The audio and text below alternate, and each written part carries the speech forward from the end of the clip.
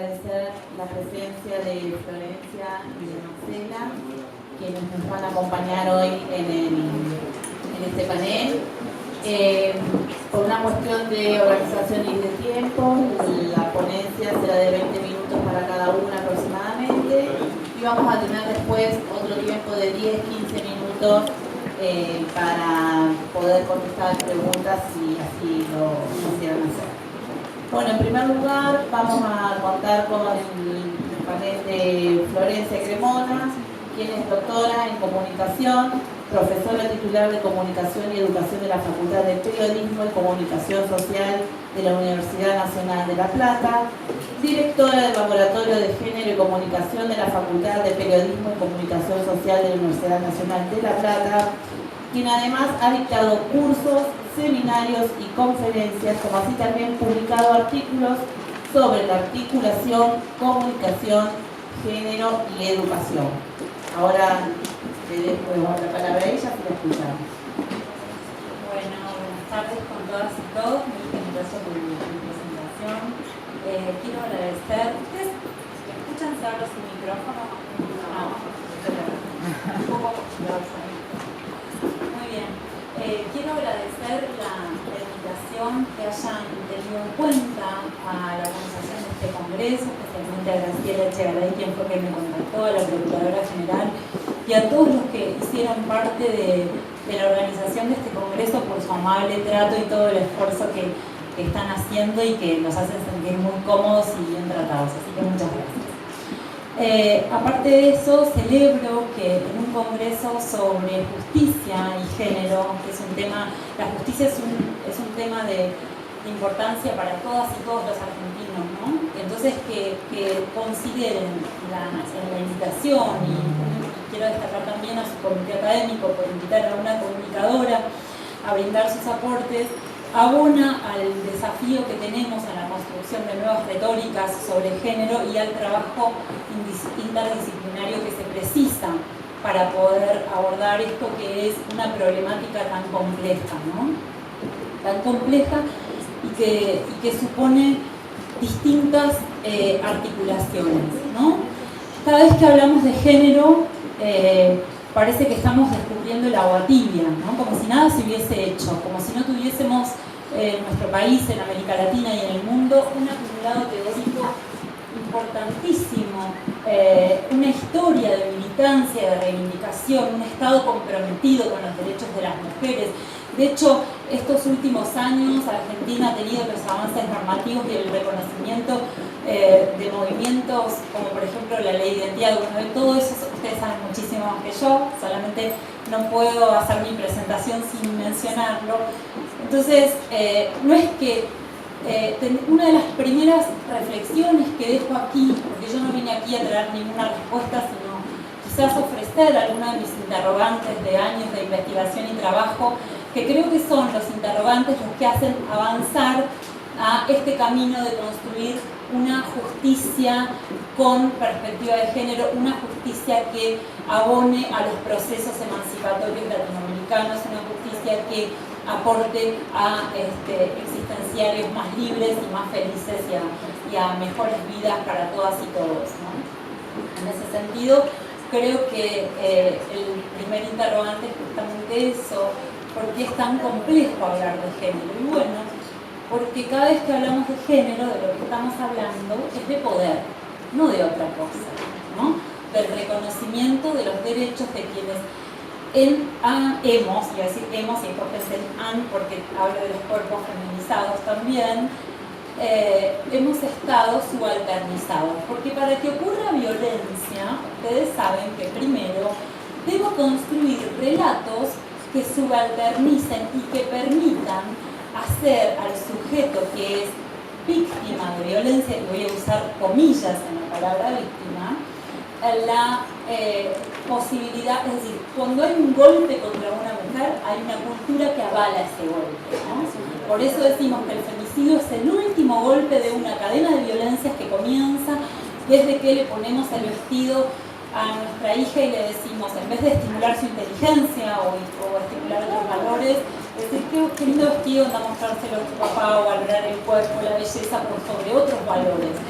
Y ahí es cuando luego se produce la tensión entre estos avances normativos, este ingreso de las mujeres, las trans, con el reconocimiento de la ley de identidad, a, entre comillas, vuelvo a decir, el acceso a plenos derechos, que luego no es así porque hay una cultura que no solamente se retrae, sino que opera en la dirección contraria. Y de esto les quiero hablar porque son los medios de comunicación y las industrias culturales las que abonan a la construcción de retóricas que van en contra. Es decir, hay como un discurso esquizofrénico, es decir, tenemos leyes, perfecto.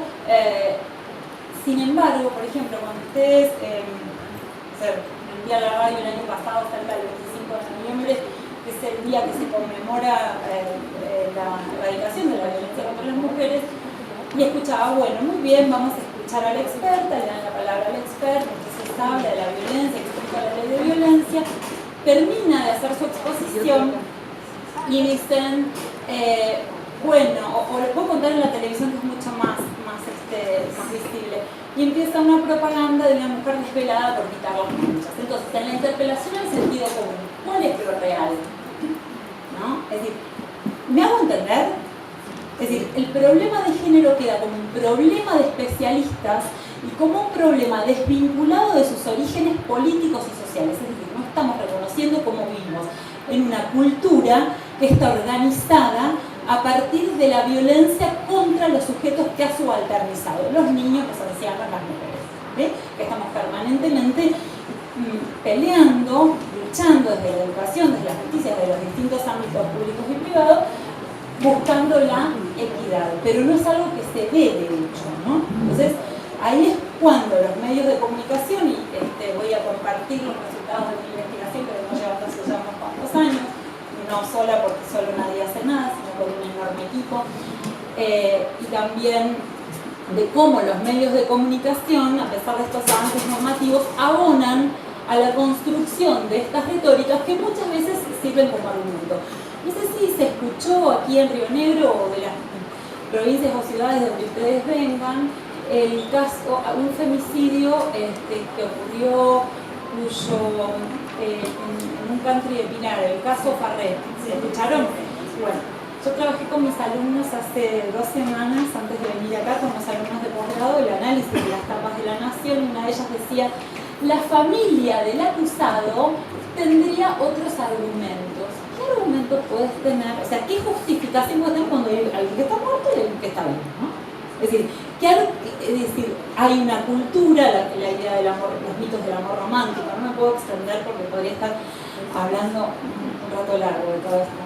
Hay toda una cultura, ustedes prenden la televisión, ven la telenovela, escuchan una música, hay una industria cultural que fomenta la idea de que el amor y que en nombre del amor los humanos debemos realizar enormes sacrificios, ¿no? Si yo les preguntara a ustedes cuál es la postal de una situación romántica, y se van a representar a 2 personas caminando por la playa, esa situación idílica que a la vez implica el consumo. Entonces, en función de esto que es tan valorado por nuestra sociedad, que es el amor, se supone que debo realizar una cantidad de sacrificios, ¿sí? Es mentira que en una relación de pareja hay una relación de paridad, ¿no? Es decir, todo este peso de la cultura contra las mujeres, digamos que subordina a las mujeres en ese vínculo, existe. Pero no me voy a extender demasiado en esto porque no es el tema de mi presentación. Quiero compartir con ustedes los resultados, los interrogantes principales de esta investigación que nosotros hacemos como Observatorio de Comunicación y Géneros. El observatorio es una metodología que mira sistemáticamente los medios de comunicación para desentramar los discursos, no para no darlos como, ¿qué es esto? Hasta hace 7 años se hablaba así nomás de crimen pasional. Tuvimos que trabajar muchísimo para explicar que la pasión no mata, ¿no? Y para poder desentramar de dónde venía ese concepto del crimen pasional. Entonces, nosotros, fíjense cómo en este caso, permiso, voy a dejar. En el caso de, escuchan ahí porque voy a pasar, gracias. En el caso de Melina Romero, fíjense, que fue uno de los que analizamos, la fotografía que el editor elige, ¿no? Es decir, una chica, primero que la foto esté inclinada, el tipo de ropa que usa. Miren cómo titulan: una fanática de los boliches que abandonó la secundaria. En caso de femicidio, que es muy difícil que los medios utilicen esa palabra, hay un tratamiento indicial. ¿Qué quiero decir con esto? Se recorta el caso de la situación política, que es un crimen contra una mujer, y se lo espectaculariza utilizando aditamentos ficcionales. El Payumbanda, ¿no? de color amarillo, digamos, de prensa amarilla, ¿no? El Payumbanda, no, pero parece que ella se habría ido con 5 chicos, pero no, que se fue por propia voluntad. Es decir, los medios abonan a esta idea de la responsabilidad de la víctima sobre su propia muerte. Rita Segato, una antropóloga argentina, habla de la pedagogía de la violencia que los medios ejercen. Es decir, los medios nos enseñan no solo cómo ejercer violencia, ¿no? Mediante esto, porque estos son dispositivos que generan violencia, sino también cómo acatarla. Fíjense esta foto que me pareció tremenda y podríamos estar hablando toda la tarde. Cuando encuentran el cadáver de Melina, la foto lo que nos está diciendo es: no solamente te moriste por tu propia culpa, por ser disidente de lo que significa para una mujer haberte ido de boliche y haberte ido con 5 chicos que ni conocías, es decir, hay una suposición del ejercicio de su sexualidad, que es lo que la lleva a la muerte. Muestra una cantidad de hombres, acá hay más o menos 50 hombres transportando un cuerpo. Miren cómo el Estado se moviliza para pagar aquello que ocurrió por tu propia culpa. Es más, ni siquiera se ve el cuerpo, lo que se ve es un montón de hombres transportando la vida. Es decir, y así podríamos, quiero avanzar un poco hacia otro tema. ¿No? Miren, un padre condenado por violar a su hija recibió arresto domiciliario, ¿no? Este es el caso de Rocío Girat, el dramático testimonio de la chica violada por su padre. Nuevamente, ¿no? Acá hay una nota de color, de espectacularidad, el dramático testimonio de la chica violada por su padre. A mí, cuando me preguntan de medios de comunicación o de organizaciones de este tipo, bueno, ¿qué es lo que hay que hacer? Y bueno, básicamente tenemos que construir nuevos argumentos. ¿Qué significa construir nuevos argumentos? Si yo soy periodista y voy a dar la noticia sobre una violación, de ningún modo tengo que hablar ni de cómo estaba vestida la víctima, ni de en qué condiciones ocurrió, que si la calle estaba demasiado oscura. O sea, ese no es el problema. Lo que yo tengo que invitar a reflexionar a la comunidad es cómo puede ser que un acto tan violento como la violación pueda ser posible. Es decir, cómo una mujer es educada, perdóname, que yo tengo 13, cómo una mujer es educada siempre bajo la idea de amenaza de su cuerpo. Es decir, el cuerpo de una mujer es algo que hay que preservar porque está siempre amenazado de ser violado, de ser depredado, pero también, y ahí está la otra cara de la moneda, y tengo unas fotos tremendas de la televisión proxeneta que hace Marcelo Tinelli, también es una moneda de cambio y de ascenso social. Eso es el cuerpo de una mujer. Nunca es algo para sí o para el propio disfrute. El sexo es algo que es algo de lo que hay que cuidarse. Porque fíjate cómo, si retrocedo a la foto anterior, si se tienen prácticas disidentes, el resultado puede ser la muerte, ¿no? Si podemos morir. Esto es lo que nos dicen los medios de comunicación permanentemente. Una mujer que ejerce su sexualidad como le parece, puede morir. Y una mujer que utiliza su cuerpo como hay que utilizarlo, y vuelvo a utilizar las comillas, ¿no? A partir de los estereotipos de belleza, que también hablan de una pedagogía de la violencia, de cómo deben ser nuestros cuerpos, bueno, entonces ese cuerpo se transforma también en una moneda de cambio para el ascenso social, ¿no? Quiero compartir con ustedes otra serie de fotos. Quiero que son estas.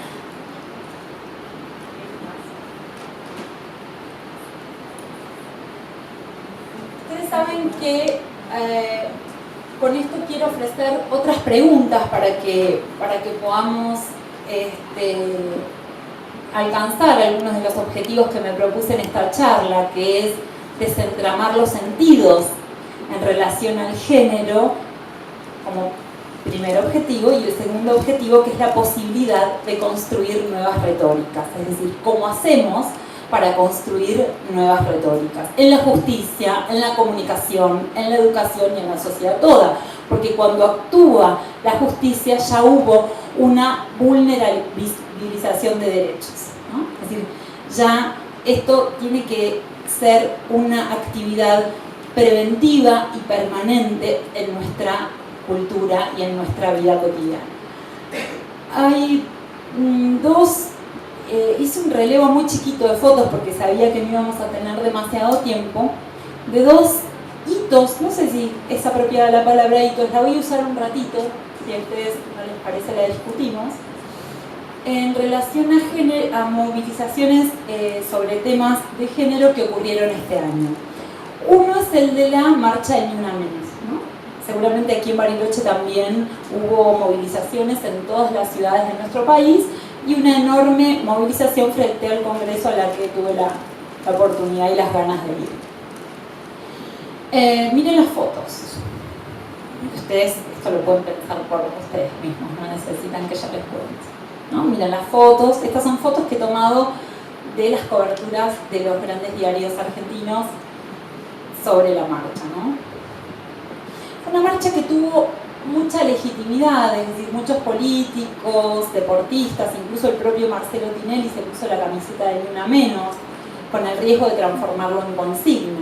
Es decir, el análisis que nosotros habíamos hecho con nuestro equipo de investigación es, bueno, todas las demás violencias de las que hablamos y podríamos seguir conversando toda la tarde, son permitidas hasta la muerte. Es decir, no hay una relación, no hay una politización de todo ese caminito que hay hasta llegar al femicidio, ¿no? Entonces, fíjense cómo esta marcha no solo contó con el apoyo y la legitimidad pública, sino que estuvieron todos los medios llenos de fotos, miren, ¿no?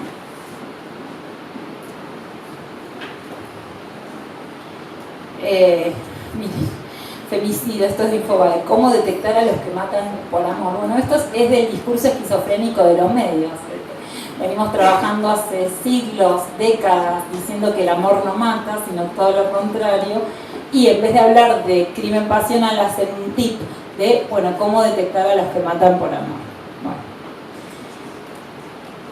Entonces, antes de pasar a la otra secuencia fotográfica, que es la del Encuentro Nacional de Mujeres, lo que quería contar era algunas discusiones en relación al Ni Una Menos. Uno, el peligro de que el Ni Una Menos se transforme en una consigna vacía. ¿Qué es Ni Una Menos?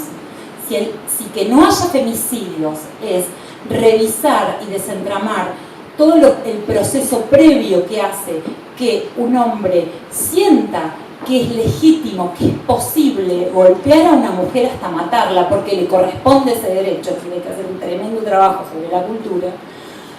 ¿Por qué el Ni Una Menos invisibiliza todo este caminito? ¿Me hago entender con esto? Qué importante sería entonces revisar y politizar la violencia, porque no hay ninguna violencia privada. Ustedes todas y todos lo saben, la violencia privada no existe. Al interior de nuestra familia se reproducen prácticas habilitadas públicamente. Hasta hace muy poco tiempo era lo más normal pegarle a los niños, sancionar su conducta mediante golpes, agresiones, castigos. Hoy, a medida que crece el repudio público hacia esos temas, se van transformando las prácticas cotidianas, pero siguen resistiendo la idea de que el hogar, esto se dijo en otra conferencia, es un lugar en el que, bueno, cada uno puede poner sus propias reglas, y esto por supuesto que es absolutamente absurdo. El segundo, la segunda y pequeña recopilación de fotos que quería ofrecer esta tarde es la que los medios hicieron sobre el 30 Encuentro Nacional de Mujeres, al que también asistí. Fíjense,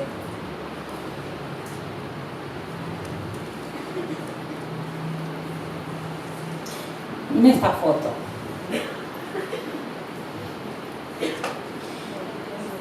Las mujeres salvajes, fuera de sí, queriendo atacar la institución de la Iglesia.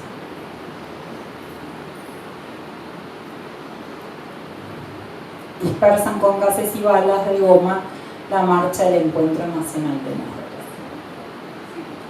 Y esta es la última foto, que es la más difundida, ¿no? Esta es la imagen.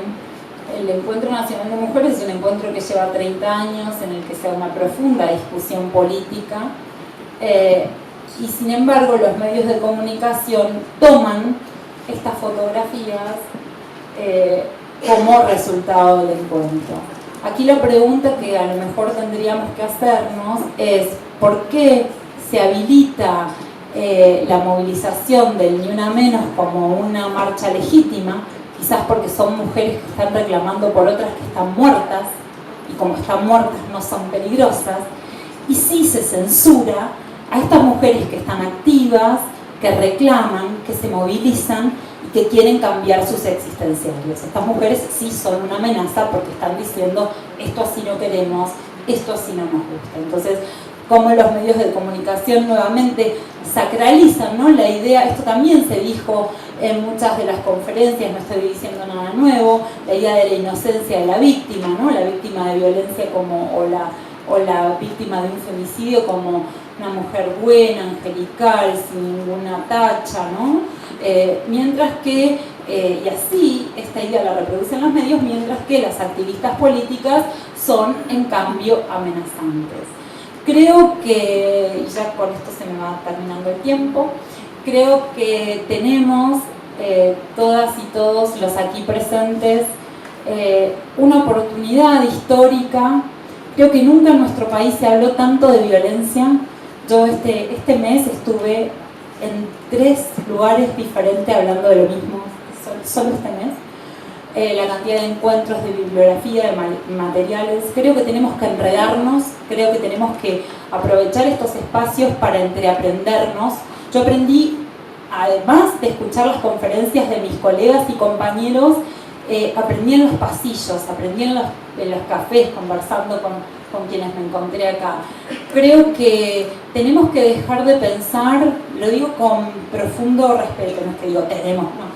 Creo que tenemos que dejar de pensar que hay mucho por hacer y empezar a reconocer que tenemos un montón, que tenemos que sistematizarlo, que tenemos que animarnos a escribir, dejar de consumir tanta literatura producida en otros lados, construir nuestras propias teorías, disputarlas, discutirlas, pensarlas, ponerlas a consideración y aprender de nuestros errores también, para poder también situar y jerarquizar el enorme trabajo que venimos haciendo en esto.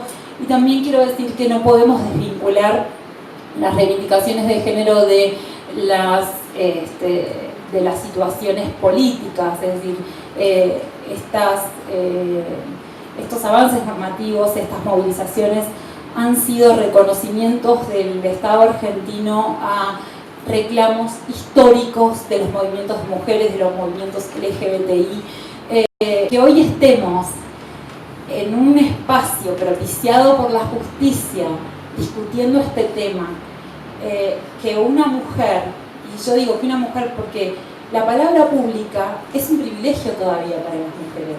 Yo cada vez que tengo la oportunidad de conversar y de ser escuchada, también me parece importante reconocer que no siempre se nos fue dada la palabra, y entonces que el uso de la palabra, que la justicia pueda revisar cómo son sus prácticas en relación al género, habla de enormes avances que no solo tenemos que defender, que no solo tenemos que proteger, preservar y profundizar, sino que tenemos que trabajar para construir nuevas retóricas, nuevas prácticas y la posibilidad de unas vidas con más justicia social, más derechos para todas y todas, sin diferencia de géneros. Muchas gracias por su amable atención.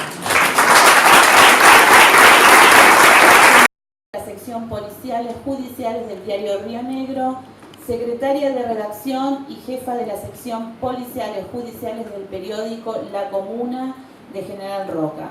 El tema que va a abordar María Marcela es de disyuntivas a la hora de comunicar casos de violencia de género. Las dejo con Marcela. Voy a acomodar mis papeles. Buenas tardes a todos, la verdad que un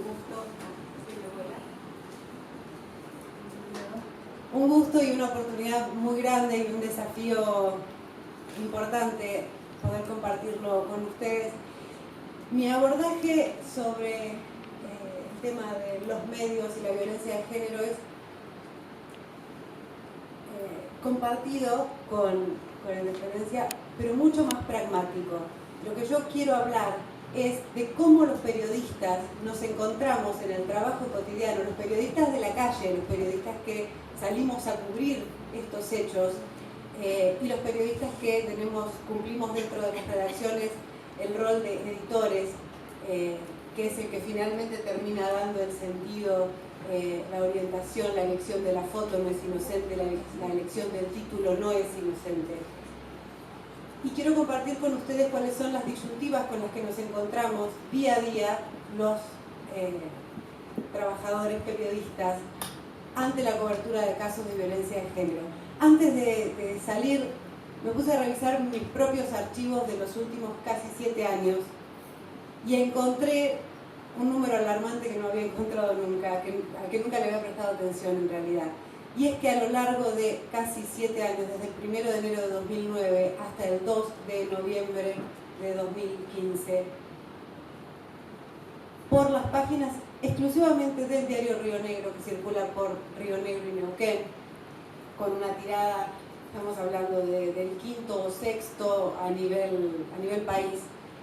En ese corto periodo de menos de 7 años hemos publicado un total de 1.939 artículos que responden a las voces de violencia de género, la palabra femicidio, violencia machista, violencia contra la mujer o violencia hacia la mujer. Eso nos da, del total de diarios que se imprimieron en este periodo, que fueron 2.490 diarios, que en el 77,87% de los diarios que salieron a la calle se publicó una nota relacionada con la violencia de género. Estamos hablando de que cada 100 días en 77,87 días pasó algo vinculado con la violencia de género. Estamos hablando de algo negativo, como puede ser un femicidio, o algo positivo como esto que es un congreso. Pero digo, la temática está absolutamente presente en los medios de comunicación y de ahí nuestra enorme responsabilidad como periodistas y el desafío que tenemos que empezar a abordar en serio para dejar de ser operadores multiplicadores de una cultura tolerante y atenuante de la violencia de género. Abordo justamente esto, la primera filmina habla de las disyuntivas que nos encontramos y quiero contarles un poco cómo trabaja el periodista, cuáles son nuestras urgencias, nuestras limitaciones, nuestros dilemas individuales, colectivos, morales, a la hora de trabajar un caso de violencia de género. Claramente no solo una conferencia de prensa, digamos, un femicidio no es una conferencia de prensa, no es que nos preparamos 2 horas antes, una listita de preguntas y sabemos con qué nos vamos a encontrar cuando llegamos al lugar del hecho noticioso. Es un hecho absolutamente impredecible, en horarios absolutamente a contramano de cualquier lógica que tenga que ver con los horarios de atención al público, digamos, los horarios comerciales, laborales, los horarios mismos de los diarios que van a contramano del mundo, pero que en algún momento hay que cerrarlo. Si un hecho ocurre a las 9 de la noche, un hecho grave, un femicidio ocurre a las 9 de la noche, la verdad que estamos ante un problema complejo para poder abordarlo cabalmente y salir con el diario el otro día a la calle con la información lo más completa posible. La hora del cierre, que es esto que les estoy contando, es tirana, es verdad, y nos juega muchas veces la mala pasada de tener que salir con información mal obtenida, mal comunicada y por ende mal transmitida. Nuestro dilema inicial es esta tensión que se genera permanentemente entre la obligación legal de proteger ciertos datos personales y de respetar principios constitucionales como la presunción de inocencia que tiene, por ejemplo, un femicida, porque sabemos que aunque haya sido encontrado en el lugar del hecho con el cuchillo en la mano, ese hombre es inocente hasta que se demuestre lo contrario. Por más que tengamos todas las pruebas servidas sobre la mesa, los periodistas no somos jueces y la justicia tendrá que decir en varias instancias y en casación y en la corte que ese hombre es culpable de un femicidio por más que lo hayamos visto cometer. También tenemos, por el otro lado, la atención que se nos genera con nuestra audiencia, tanto en los diarios como en las radios y cualquier otro medio de comunicación, de que nuestra audiencia nos demanda información completa. Muchas veces nos demanda información que va más allá del interés público, que es el que nos legitima para actuar como periodistas y para ser intermediadores entre los hechos y el público que nos recibe. Algunas de estas primeras disyuntivas, lo decíamos recién, los datos personales del agresor, está todo clarito. ¿Quién fue? ¿Lo vimos? ¿Está la prueba? ¿Lo detuvo la policía y adelante de nuestros ojos? Llegamos al lugar, los periodistas lo vimos salir. Pero tenemos el límite legal con respecto a publicar o no esa identidad. Ni hablar de publicar la identidad de la víctima o la identidad de los hijos de la víctima. Bueno, y ahí nos encontramos con una primera disyuntiva. Nos es mucho más fácil informar y respaldarnos en el interés público de nuestro que nos legitima cuando esa persona está siendo buscada por la justicia para que responda por los hechos que se le imputan.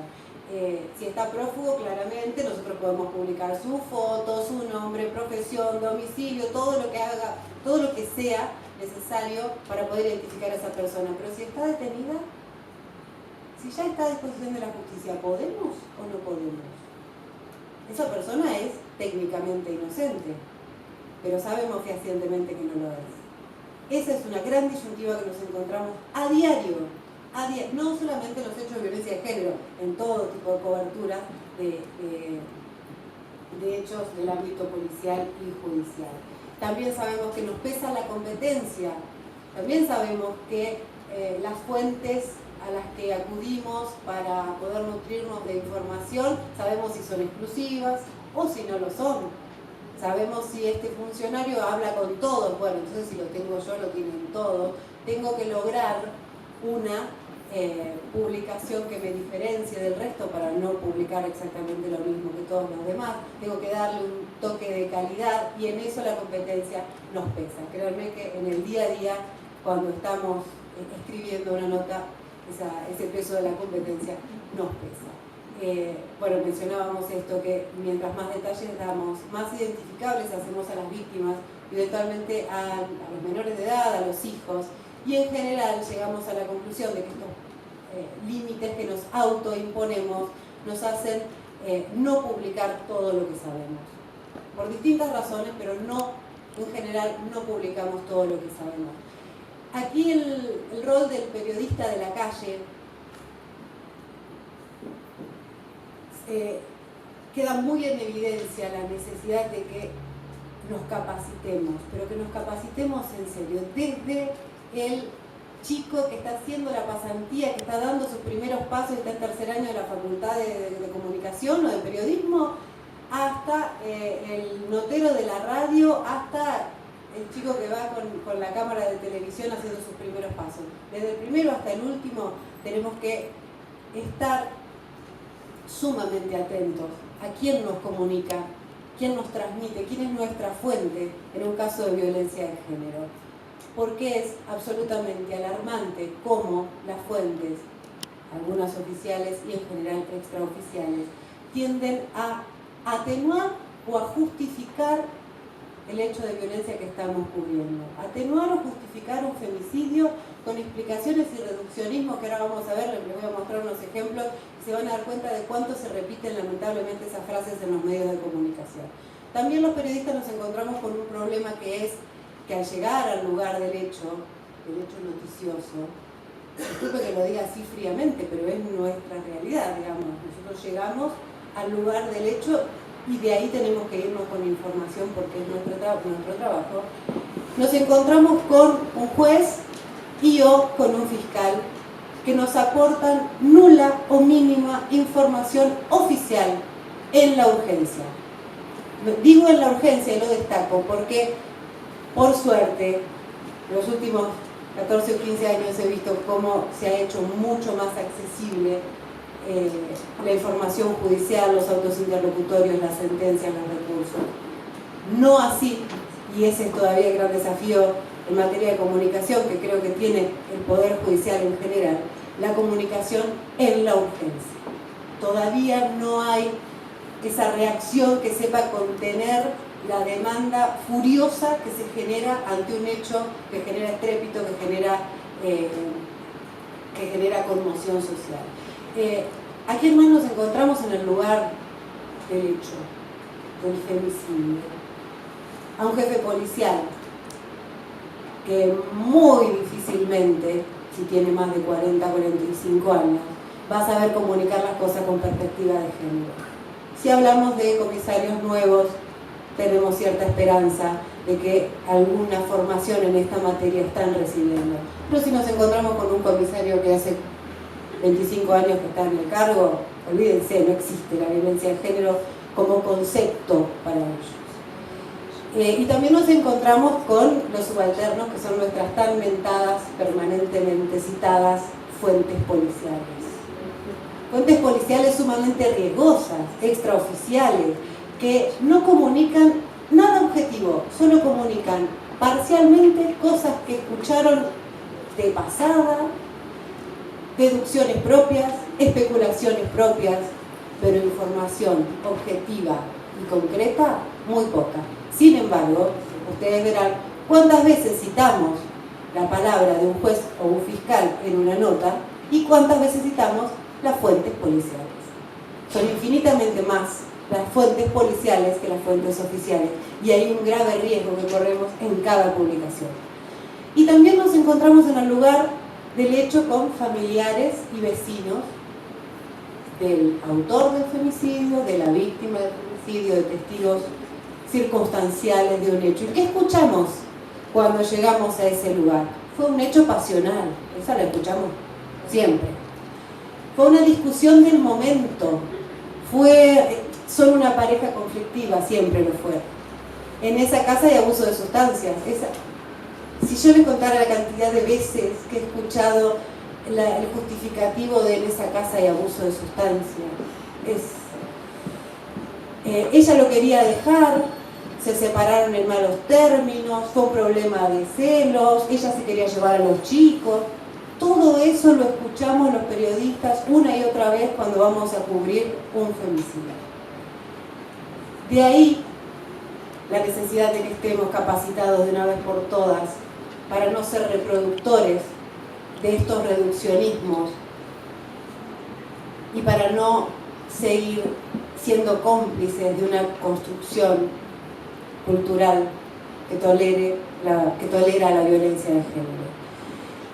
Así llega el periodista a la redacción con todos esos prejuicios instalados por quien fue su fuente o quienes fueron sus fuentes en el lugar.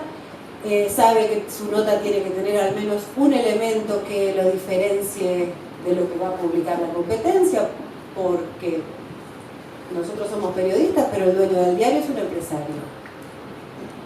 Y en el riesgo de esa lucha por la primicia, sabemos, ante la escasez habitual de información oficial, sabemos que tarde o temprano acudimos a esas riesgosas fuentes extraoficiales de las cuales ya les hablé, les dije cuáles son los riesgos. Después sigue otra parte de riesgo para los que hacemos el seguimiento de la noticia relacionada con la violencia de género, especialmente con violencia de género y con hechos de abuso. Lo que les voy a contar ahora se da de manera permanente. Ustedes habrán visto, ocurre un hecho, nota de tapa, 5 columnas, 6 columnas, depende de cómo se diagrame el diario, cabeza de página, rabiosa, y al día siguiente hay que seguir los temas. No podemos hacer como que el tema se terminó. De alguna manera hay que seguirlo, con el conocimiento de alguna circunstancia, explicaciones, fundamentaciones, la voz de quien pueda abordar el tema, y acá es donde entran en juego distintos actores. Unos son los abogados defensores del femicida, del golpeador, del abusador. No, son gente que ejerce legítimamente su derecho. Nadie puede decir que está mal que sean abogados defensores.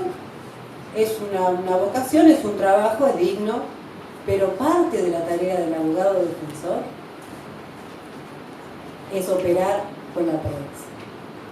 En cada pueblo que tenga más de 5.000 habitantes hay un abogado defensor dispuesto a hacer operaciones de prensa. Y ante estos casos de violencia de género nos encontramos con situaciones, con estas conversaciones con los abogados defensores, que son excelentes fuentes realmente, no todos fallan nunca, que atienden siempre el teléfono, porque están absolutamente interesados en transmitir sus atenuantes a través del medio de comunicación. No siempre lo reflejan en el expediente, a veces lo dicen con tal de que aparezca en el diario y generar un poco de sensibilidad social ante su pobre imputado, que realmente no sé cómo pueden creer que este hombre fue capaz de hacer eso. Sin embargo, después en el expediente no logran reflejar ni un cuarto de lo que nos han dicho a los periodistas para que publiquemos en el diario. Después tenemos los reclamos de las querellas, desde su dolor, desde su necesidad de contar con contención, con respaldo, muchas veces con asesoramientos que los llevan a reclamar decisiones judiciales imposibles o altamente improbables. No puede un querellante, un abogado, decirle a la sobreviviente, decirle a la mamá del chiquito abusado, pedí perpetua. Porque no existe esa perpetua en el Código Penal. Y un juez nunca le va a dar perpetua, porque el Código Penal no se lo permite, salvo que quiera cometer un delito el juez y despedirse del cargo para siempre. Pero se ejercen unos niveles de presión que llevan, lamentablemente, a muchas víctimas o a familiares de las víctimas, si es que la víctima no está viva, a pretender de la justicia cosas que la justicia no le va a poder dar. Y ahí los medios de comunicación nos volvemos a convertir en el fusible de estos intereses que nunca van a poder ser compensados. Nos encontramos cada vez más frecuentemente con protestas sociales, los famosos scratches que cada vez vemos más en las puertas de los tribunales por hechos de violencia de género, por casos de abuso. En estos scratches es permanente ver fotografías del imputado, ver su nombre completo, ver el nombre del niño que ha sido abusado. Uno como medio de comunicación sabe que ese nene lo tengo que resguardar, por más que su mamá o su familia o el grupo en el que está no haya tenido la precaución o haya decidido no resguardar esa identidad. Nosotros como medio nos tenemos que dar la discusión caso por caso de qué vamos a hacer, y es lo que acompaña, es la imagen que acompaña una nota que escribió mi colega Victoria Terzaghi de Neuquén, que se nos planteó profundamente la disyuntiva con esta nota. Se llama Cuando la búsqueda de justicia suma maltrato, y es el testimonio de 4 mamás de nenes que han sido víctimas de abuso sexual y que han decidido exponerse con nombre, apellido y foto para contar cómo han sido revictimizadas ellas y sus hijos cuando han tenido que acudir al sistema judicial a buscar una respuesta.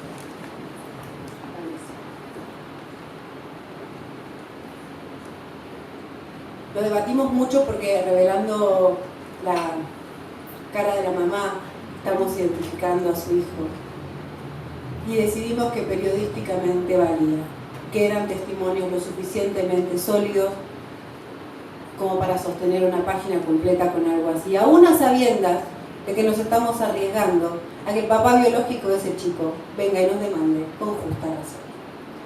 Esa es una de las tantas disyuntivas con las que nos encontramos a diario cuando tenemos que editar o publicar una nota relacionada con la violencia de género. Lo mismo nos pasa con los casos de abuso sexual intrafamiliar. Si nosotros decimos, Juan Pérez violó a su hija, ¿estamos identificando a la hija? No podemos. Legalmente no podemos. Entonces, ¿qué tenemos que hacer? Optar entre dos cosas.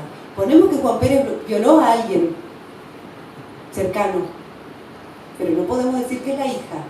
O podemos decir que violó a la hija, pero no decir que es Juan Pérez, solamente decir J.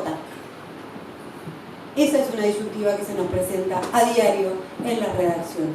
Tenemos que respetar el interés superior de ese niño y no dar ningún elemento que permita identificarlo, pero al mismo tiempo queremos identificar al autor del hecho una vez que tiene su condena ya dictada y firme.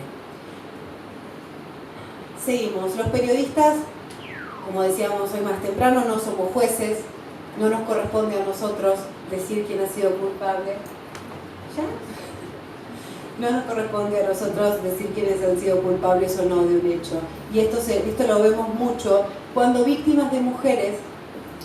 cuando mujeres víctimas de violencia de género terminan matando a su agresor. Para nosotros es muy fácil justificar ese hecho, según usemos el lenguaje, ¿no? Pero no somos jueces.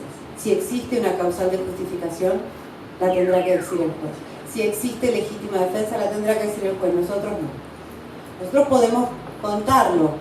Tenemos la obligación de revelar y de aclarar la particular situación de vulnerabilidad que estaba atravesando esa mujer. Pero de ninguna manera como medio de comunicación podemos justificar un homicidio, por más víctima de violencia que haya sido esa mujer. Así nos pasa con otros hechos que también ustedes habrán leído y escucharán en la tele, y en los diarios, en las radios. Hechos como ajuste de cuentas, un ajuste de cuentas. Porque un pibe mató a otro pibe con el que tenía un problema de hace tiempo en el barrio y ajustaron las cuentas. Es un reduccionismo gravísimo. Nunca más debiera aparecer en ningún diario, en un programa de televisión el concepto de ajuste de cuentas. O se mataron entre miembros de grupos antagónicos. ¿Quiénes somos nosotros para justificar una cosa así? Podemos dar distintos enfoques a la temática de la violencia de género. Creo que me voy a extender más de 2 minutos. 3 enfoques periodísticos a la violencia de género. Nosotros cuando publicamos algo queremos que tenga impacto, queremos que tenga profundidad y queremos que tenga masividad. Pero cuando hablamos de violencia de género parece que es la uno o es el otro, pero nunca puede ser todo. Cuando es el hecho del día, es el femicidio, sabemos que tenemos el impacto, la masividad garantizado. La gente se va a tirar de cabeza a leer esa noticia, por el morbo propio del ser humano, lamentablemente, pero sabemos que es así. Son notas que en general tienen poca profundidad, poco análisis, poco contexto. Entonces sería genial que podamos, los periodistas, una vez capacitados en la materia, saber enfocarnos en el hecho del día, saber escribir rápido una crónica de 50 líneas en 25 minutos y además con perspectiva de género. Qué lindo sería ese día para todos los periodistas. También tenemos las otras publicaciones que son los artículos de prevención, de concientización, que tienen mucha profundidad, pero que generalmente tienen muy poco impacto. Y nuestro gran desafío es hacerlos atractivos sin perder profundidad, que hasta el gran desafío del periodismo lento, que por suerte viene ganando terreno ante el periodismo de la primicia, y también para diferenciarlo de la sobreabundancia de información que tenemos en todas las plataformas y múltiples formatos a los que estamos expuestos como consumidores de información todo el tiempo. Y también nos permite a la prensa hacer un análisis sobre las políticas públicas, las incoherencias en las que caen los estados, de sus 3 niveles, de sus 3 poderes. Vemos leyes fantásticas, de vanguardia, envidiables, ejemplo para el país, para el mundo, y sin embargo seguimos encontrándonos a mujeres que van a la comisaría y el oficial de servicio les dice: ¿usted está segura que quiere hacer la denuncia? Pero mire que es una amenaza nomás, mire que no tiene lesiones, ¿está segura que la quiere hacer? Mire que su marido puede negar todo, mire que no va a tener dónde dormir esta noche, porque ahí vemos, por ejemplo, situaciones graves como la falta de refugios, como la insuficiencia de recursos para brindarle contención a esa mujer después de haber sido víctima o después de haber logrado romper esa esclavitud de la violencia de género y salir a pedir ayuda, y quién la contiene después. El Estado no da abasto con eso, le falta infraestructura, le falta estructura. Esto me hace acordar un caso de una chiquita de 18 años que ocurrió en el Alto Valle. Había cumplido los 18 años hacía 3 meses, estaba viviendo en la ciudad, hacía 5 meses en la casa de su novio, terminando el secundario sin familiares cercanos. El novio la golpeó a la salida de la escuela, le quebró una costilla y ella estaba embarazada de 3 meses. Y no hubo institución pública en la ciudad donde ocurrió este hecho que pudiera contenerla porque ya era mayor de edad. No había un lugar. A promoción familiar no podía ir. A los hogares, los CAINA, no podía ir porque ya era mayor de edad por 3 meses. Malas prácticas de los periodistas, escasa contextualización en nuestras notas. Hacemos como que cada femicidio es, como dijo mi jefe cuando hablábamos sobre la charla, Guillermo Berto me dice, es cierto, nosotros abordamos cada femicidio como si fuera un relámpago inesperado en una noche estrellada. Cada femicidio es un hecho aislado. No podemos seguir haciéndolo de esta manera, debemos empezar a contextualizar. No incluimos los números de ayuda, recién ahora se está empezando a incorporar el 144, un recuadrito con el número, con el 0800 de la ciudad, del pueblo, de la provincia donde haya ocurrido un hecho. Este mal uso del lenguaje del que ya mencionamos, nuestra falta de capacitación. Y algo en lo que coincidimos también, la farandulización de los casos de violencia. Tengo acá puesto el ejemplo de Ángeles porque las filminas fueron hechas antes del caso Matías Salé, si no hubiera sido el caso Matías Salé, donde entonces un brote psicótico se convierte en justificativo perfecto para un hecho de violencia de género. Nuestros desafíos como periodistas, empezar a reconocer siempre ante un caso el límite entre el interés público, que es lo que legitima nuestro trabajo como comunicadores, y los derechos individuales, sobre todo de las víctimas. Aportar a una cultura que no justifique ni tolere la violencia de género, dejando de reproducir estos reduccionismos de los que hablábamos. Generar espacios fijos para la temática en los medios. No le cuesta nada a un diario, a una radio, tener una columnita semanal de algo relacionado con la prevención. No nos cuesta nada y sin embargo muy poco lo hacemos. No agregar más dolor con nuestras crónicas, dejar de dar detalles innecesarios que solamente sirven para alimentar el morbo, pero que en realidad no aportan en absolutamente nada al combate de la violencia de género. Difundir relatos positivos, porque la buena noticia también es noticia y tenemos que aprender a trabajar con eso. Y ampliar nuestros canales de comunicación y capacitación con el Poder Judicial y los organismos especializados para de una vez por todas, cuando hablemos de esta ecuación de medios de comunicación y violencia de género, seamos un factor positivo que aporte a la solución y que no siga multiplicando un problema cuya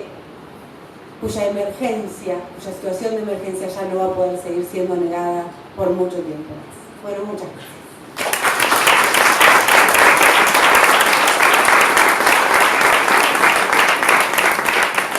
Bueno, estamos sobre la hora del comienzo del próximo panel, pero vamos a tener 5 minutitos. Si alguien quisiera hacer una pregunta. No, está bien, no te preocupes. A ver un segundito. A ver. Sí, buenas tardes. Como participante de los encuentros nacionales de mujeres, por ahí quería aclarar, para que no quede esto de lo que salió, que los medios solo pusieron el problema que hubo en la iglesia, contarles por ahí para que no se queden con las fotitos que ponen todos los medios, contarles que fueron 55.000 mujeres a ese encuentro, que fue una marcha totalmente tranquila. Por supuesto, en una organización tan grande es imposible controlar a todas las mujeres con todas sus ideas, pero por ahí aclararlo para que no nos quedemos con la impresión de que los encuentros solo es la fotito de que hay mujeres que van a la iglesia, nada más.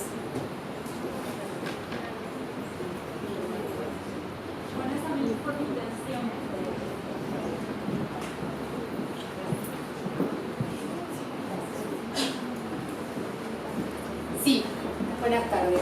Yo fui fiscal en Tierra del Fuego y mientras les escuchaba, en un lugar chico, la repercusión de los medios de comunicación sobre los casos que íbamos tramitando tenían mucha resonancia. Y se me ocurrió, en primer lugar, hacer una recomendación, perdón por la pretensión, pero a los medios de comunicación, que, digamos, traten de no... cuando uno habla de las falencias del Poder Judicial, de las falencias que no existe un refugio, todas las que ya conocemos, muchas veces se desalienta las denuncias. Y en realidad hay que apuntar y apuntalar a que esto no vaya en detrimento de que las personas denuncien, porque es el primer paso. Sea cual sea la consecuencia de esa denuncia, es el primer paso. Sin esa denuncia nada se puede hacer. Entonces, por ahí como medios de comunicación esto. Y además, recordar que esto está reglamentado en la Ley Nacional de Medios, que expresamente dice, ¿no es cierto?, que los casos de violencia de género, cuando se comunica, primero, y la Ciudad de Buenos Aires también reglamenta esta misma ley, en donde dice, lo primero es el consentimiento de la víctima. He visto casos en donde los medios, en nuestra jurisdicción, han publicado la circunstancia de alguna vecina a contrapelo de lo que querían, con lo cual vino desesperada a decir, me pusieron en riesgo, ¿no? Entonces muchas veces los medios se olvidan que lo primero que hay que buscar es el consentimiento de la víctima. Y una última cosa, a ver si esto, digamos, tiene algo de lógica, y la última cosa es que además, en definitiva, no solo, aún en los casos de una muerte de una mujer, no solo es conservar, digamos, el respeto y ser muy cuidadoso con el respeto de la víctima, sino también de sus familiares. Hasta la imagen, ¿no es cierto?, de esta mujer muerta es la que los medios tienen que resguardar. Esto quería decir. Solamente quería no responder, sino agregar dos cosas chiquitas. Muchas gracias. Me parece muy valioso el aporte de las dos. En principio sí, mi intención era justamente esa, mostrar que se discutió solamente un fondo de un encuentro que tuvo múltiples aristas. Entonces ahí pensar cuál es la estrategia de los medios de comunicación y en sintonía con el último aporte, pensar también que los medios de comunicación no son un plato volador que viene de Marte, ¿no? Es decir, los medios de comunicación, las justicias, cuando yo hablo de discursos sociales, hablo de qué es lo que circula y qué es lo que resiente también los avances normativos. Es decir, porque tengamos una ley de identidad, no va a dejar de haber discriminación, bullying, marginación y marginalidad de las personas que deciden tramitar su identidad. Por eso creo también, y quería destacar una de las cuestiones que decía mi compañera, la falta de formación, que antes de llegar a la justicia, que antes de llegar a los medios, tenemos que trabajar profundamente en la formación y en la educación.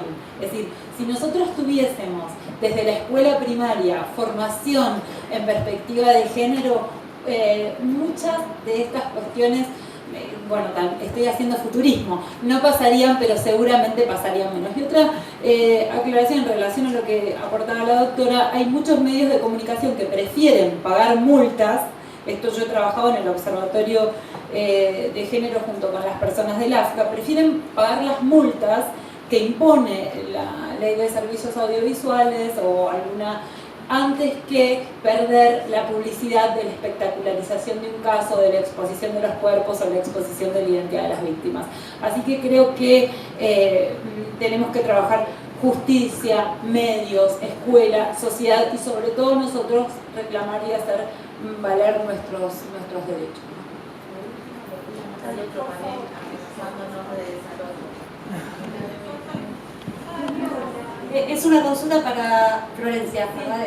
No sé, a lo mejor es largo y por ahí se puede charlar en otro ámbito. Recientemente hay una especie de debate, bueno, a lo mejor todavía no es un debate, sobre la pertinencia de hablar de violencia de género o denominar la violencia hacia las mujeres, que es todo un tema en sí mismo, el tema de esa denominación, que posiciona obviamente ideológicamente de dónde estamos hablando. Me gustaría saber brevemente tu opinión al respecto. Mira, sí. Gracias por la pregunta, porque me apuré para llegar a los 20 minutos y no discriminé. Si yo pregunto en un aula o aquí con todas ustedes, no porque están formados y vienen a este congreso, pero se asocia mucho, incluso se dijo en la conferencia inaugural, las campañas oficiales también, género igual mujer. Y no es así. Una cosa es la violencia contra las mujeres, a mí me gusta hablar de la violencia contra los cuerpos feminizados, y otra cosa es la violencia de género, que incluye todas las sexualidades disidentes. Cuando hablo de sexualidades disidentes me refiero a todas esas sexualidades que no abrazan el patrón hegemónico también de masculinidad, ¿no? Porque la acusación de maricón también, y ahora ahí tenemos que mirar cómo las violencias también ocurren en este capitalismo, que, a ver, la violencia de la mujer tampoco, contra la mujer tampoco es un plato volador que baja de Marte. Es resultado de unas condiciones de vida, de un capitalismo explotador, de unos modos de competencia que producen violencia y ven en sus sujetos más vulnerables, en este caso las mujeres, los cuerpos feminizados. Bueno, podemos hablar del femicidio de Diana Zacayán, ¿no? Esta militante trans, y la propia discusión que dijeron sus compañeros a ver si era un femicidio o travesticidio. Yo salía a decir, por Dios, acabamos de aprobar la ley de identidad, ¿no? Bueno, pero esa es otra discusión. Entonces, sí pensar la distinción entre que la violencia contra las mujeres es una violencia histórica a partir de la cual se ha organizado la sociedad, y una violencia que no se ha dado con el garrote, ¿no? Sino una violencia simbólica organizada por los mitos, el mito del amor, el mito de la madre, el mito de la pasividad erótica femenina, ¿no? Esta mujer que por sí misma no tiene deseo, sino que necesita un varón que venga y la provea de deseo. Entonces, todos estos mitos que operan y están tan vigentes en nuestra cultura organizan estas situaciones que nosotros vemos, y tanto mi compañera como yo exponemos, que son el resultado de una trama cultural. Entonces la justicia y los medios actúan también desde esos mismos discursos. Digamos, no es que los jueces, los fiscales viven en Marte, no, es decir, han sido educados y socializados en esta misma cultura. Entonces, todo el tiempo estamos tratando de desentramar nuestras propias biografías y nuestras propias contradicciones. Y creo que es pertinente hablar de violencias, con violencias contra las mujeres, que son un tipo de violencia de género, y hay una cantidad de violencias de la que podríamos hablar y que tendríamos que trabajar, porque otra cosa importante es que el problema de la violencia no es un problema aislado, ni es un problema de las mujeres, ¿no? Como esto que decía, si no hay violencia privada, quiere decir que la violencia es un drenaje de energía. Cuando uno sufre violencia, vive mal. Y ese mal vivir se instala y se reproduce y se replica, y los niños son víctimas, y las familias son víctimas, más todo tipo de familias. No la familia tradicional y hegemónica del dibujito, ¿no? Es decir, el malestar aumenta. Entonces la violencia es una responsabilidad de todas y todas. Te agradezco por la pregunta, porque me permitió hacer esta aclaración.